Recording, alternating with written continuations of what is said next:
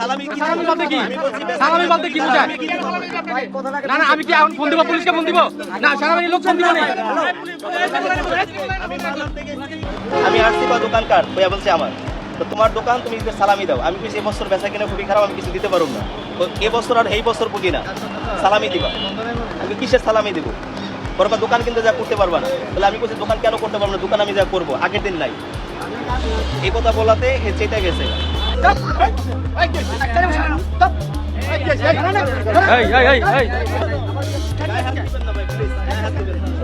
এখানে প্রশাসনিক লোক আছে, আগের দিন নাই, ঠিক আছে তো, আগের দিন নাই তো, আগের দিন নাই মিয়া। এখনো বলছেন চাঁদাবাজি চলতেছে, কোথায় চাঁদাবাজি চলে ক্লিয়ার করবেন এখানে এখন?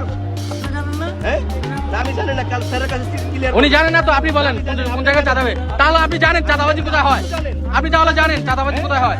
আমি তো নিতে আসছেন, আপনি তো নিতে আসছেন।